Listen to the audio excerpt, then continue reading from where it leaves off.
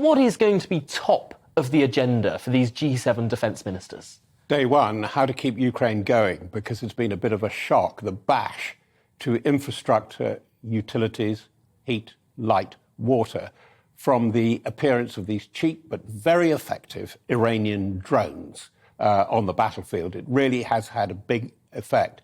They've got to talk about how they can sustain Ukraine for the next 6 months and realistically for the next 6 years. Wow. And it's a big ask, because not only is Rishi Sunak's government in difficulty budget-wise, so is Emmanuel Macron, and as we know, Mr. Scholz is also pointing in a different direction, rushing off to China to see if he can shore up Germany's position. And a new Italian government as well, which seems to want to be, in some ways, leaning towards Mr. Putin rather than Mr. Zelensky. The government itself, it's very difficult, because Ms. Meloni has said she's behind Ukraine. She's got a big, big problem, because the sentiment both within her government coalition, as you say, but in the country, a thing that we're underestimating big time. There is sentiment saying, what is this about? What is this nonsense? We've really got to help the South. And that is not pie in the sky. The Italians are feeling the effect of the South because they have an immigration problem,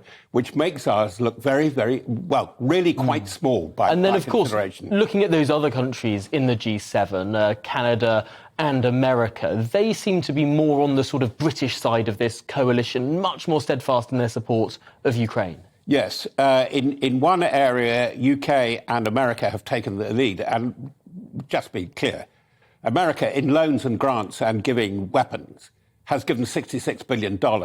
That is way ahead of all the other allies put together. Britain has made a contribution, £2 to £3 billion, a pledge to do the same. And sorry, by the way, this is the real catch-22. Because contrary to what Mr. Wallace was even hinting, we know pretty well from sources in the Treasury, they're looking for a 3 to 4 or even more billion cut from current expenditure of defence. So how are you going to take away from defence and yet go forward and pay for Ukraine? Because hitherto, the funds have come from the defence budget. Now, this would be, I suppose, a real terms cut in the defence budget, i.e. freezing it and seeing inflation eating into all the other bits and meaning there is less money to go around overall. Absolutely right, because inflation in defence matters practically across the board, but particularly in equipment, is way ahead of what we would call the old rate of RPI and its equivalent today, retail price index.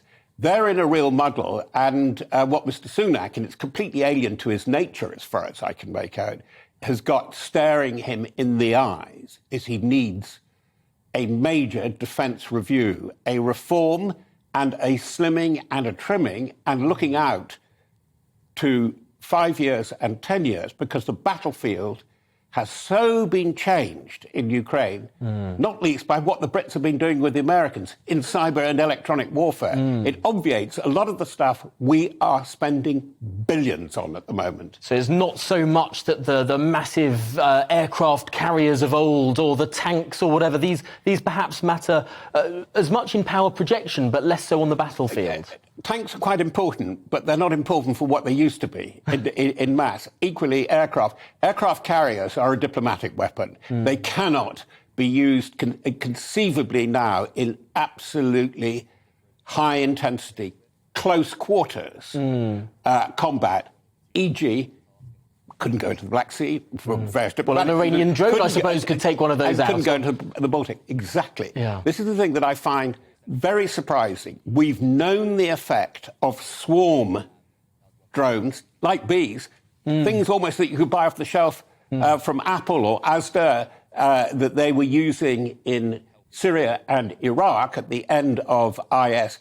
I'm amazed that they haven't thought about this and they haven't thought through, because the Shahid 136, relatively cheap Iranian weapon, $20,000, probably cheaper than some of the most sophisticated individual rockets we're putting in the artillery systems.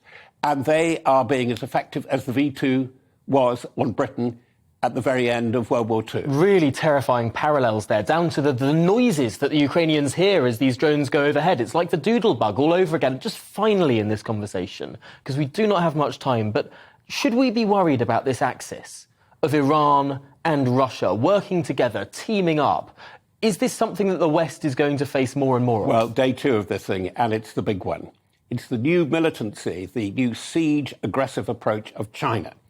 Think if China really does come on board to the Putin agenda and says, yes, we will buy up all the spare energy that you've got, it would cost them billions to get it into China because there aren't the pipelines from Western Siberia, for example, and furthermore, start sending weapons into Russia. And that is a big question mark for the next 6 months. And it could be, as I say, for the next 2 or 3 years. Really